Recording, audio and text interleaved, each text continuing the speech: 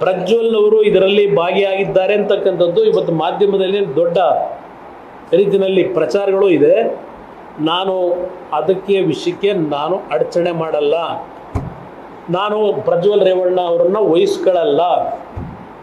ತನಿಖೆ ಪಾರದರ್ಶಕವಾಗಿ ಮಾಡಿ, ಅದ್ರಲ್ಲಿ ನಂದು ಎರಡನೇ ಮಾತಿಲ್ಲ. ಇಲ್ಲಿ ಪ್ರಶ್ನೆ, ಈ ತನಿಖೆ ಯಾವ ರೀತಿ ಹೋಗ್ತಾ ಇದೆ ಇದು ಮುಖ್ಯ.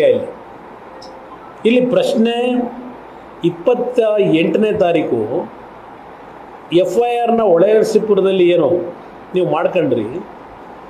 FIRನಲ್ಲಿ ಯಾವ ಒಂದು ಸೆಕ್ಷನ್ಗಳನ್ನು ಹಾಕಿದ್ರು ಆ ಸೆಕ್ಷನ್ಗಳಲ್ಲಿ ಎಲ್ಲ ಬೇಲಬಲ್ ಸೆಕ್ಷನ್ಗಳನ್ನು ಹಾಕೊಂಡಿದ್ದೀರಿ.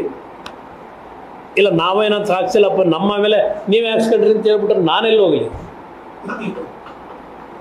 ನಿಮ್ಮ ಸ್ಪೆಷಲ್ ಇನ್ವೆಸ್ಟಿಗೇಷನ್ ಟೀಮು ಸಿದ್ದರಾಮಯ್ಯನವ್ರದೊಂದು ಶಿವಕುಮಾರ್ದೊಂದು ಇಬ್ಬರು ಭಾಳ ನಿಮ್ಮ ನೇತೃತ್ವದಲ್ಲೇ ಮಾಡ್ಕೊಂಡಿದ್ದೀರಿ. ಇದು ಯಾವ ಒಂದು ಬೇಲಬಲ್ ಸೆಕ್ಷನ್ಗಳು ಅಂತ ಬಂತು. ಮತ್ತೆ ಎರಡನೇ ದಿವಸ ಇನ್ನೊಂದು ಮಾಡಿಸೋದ್ರಿ. ಇಲ್ಲೆಲ್ಲ ಯಾವುದೋ ಜಿಲ್ಲಾ ಪಂಚಾಯತ್ ಹೆಣ್ಮಗಳು ಅಂತ ಹೇಳಿ ಇದು ಯಾವುದೋ ಒಂದು ಗನ್ ಪಾಯಿಂಟ್ ಅಂತ ಒಂದಿದೆ. ಗನ್ ಬೆದರಿಕೆ ಇಡಿ ಅತ್ಯಾಚಾರ, ಇದೊಂದು ಕಂಪ್ಲೇಂಟ್ ಕೊಟ್ಟಿದ್ದೀರಿ. ಯಾರು ಪಾಪ ಹೆಣ್ಮಗಳ ಕೈಲಿ ಕೊಟ್ಟಿದ್ದಾರೆ. ಪಾಪ ನಡೆದಿರ್ಬೋದು, ನಾನಿಲ್ಲ ಅಂತ ಹೇಳಲ್ಲ.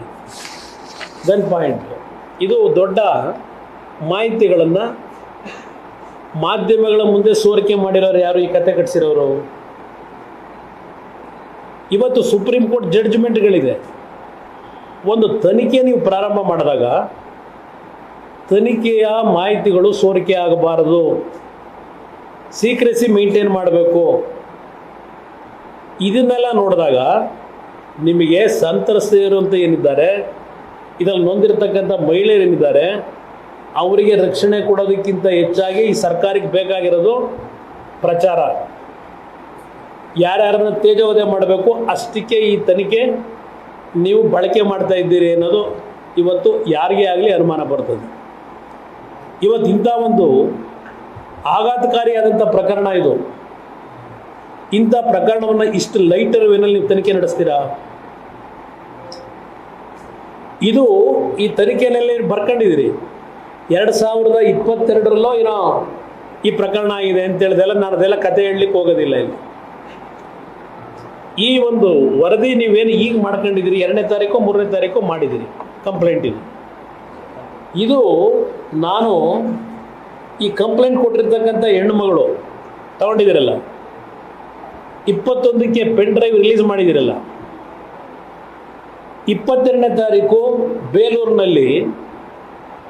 ಬೇಲೂರಿನಲ್ಲಿ ಚುನಾವಣಾ ಪ್ರಚಾರ ಸಭೆಯಲ್ಲಿ ಇದೇ ನಮ್ಮ ಆರೋಪಿ ಏನಿದ್ದಾನೆ ಪ್ರಜ್ವಲ್ ರೇವಣ್ಣ, ಅವನ ಪಕ್ಕದಲ್ಲಿ ಕೂತಿರ್ತಕ್ಕಂಥ ಹೆಣ್ಣುಮಗಳು ಯಾರು? ನಾನು ಈ ಫೋಟೋ ತೋರಿಸಲು ಇಲ್ಲಿ ಇಟ್ಕೊಂಡಿದ್ದೀನಿ. ನಾನು ಇವ್ರ ಥರ ಪೆನ್ ಡ್ರೈವ್ ಫೋಟೋಗಳು ಬಿಟ್ಟವರಲ್ಲ. ಮೊದಲನೇ ಪೆನ್ ಡ್ರೈವ್ನಲ್ಲಿ ಬಂದಿರತಕ್ಕಂಥ ಹೆಣ್ಣುಮಗಳು 22ನೇ ತಾರೀಕಿನ ಬೆಳಗ್ಗೆ ಇದೇ ಪ್ರಜ್ವಲ್ ರೇವಣ್ಣನ ಜೊತೆ ಚುನಾವಣಾ ಪ್ರಚಾರದಲ್ಲಿ ಅವ್ರ ಜೊತೆಲಿ ಭಾಗವಹಿಸಿದ್ದಾರೆ. 22ನೇ ತಾರೀಕು ಬೆಳಗ್ಗೆ, 21 ರಾತ್ರಿ ಹೆಣ್ಣುಮಗಳು ಫೋಟೋ ಬಿಟ್ಟಿದ್ದೀರಿ. ಈಗ ಅದಂಥದ್ದು ಗನ್ ಪಾಯಿಂಟಲ್ಲಿ ಬೆದರಿಕೆ ಒಡ್ಡಿ ಕಂಪ್ಲೇಂಟ್ ತಗೊಂಡಿದ್ದೀರಿ.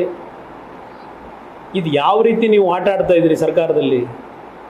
ಈಗ 3 ವರ್ಷದಿಂದ ನಿರಂತರವಾಗಿ ಹೆದರಿಸಿ ಪದರಿಸಿ ಬ್ಲ್ಯಾಕ್ ಮೇಲ್ ಮಾಡಿ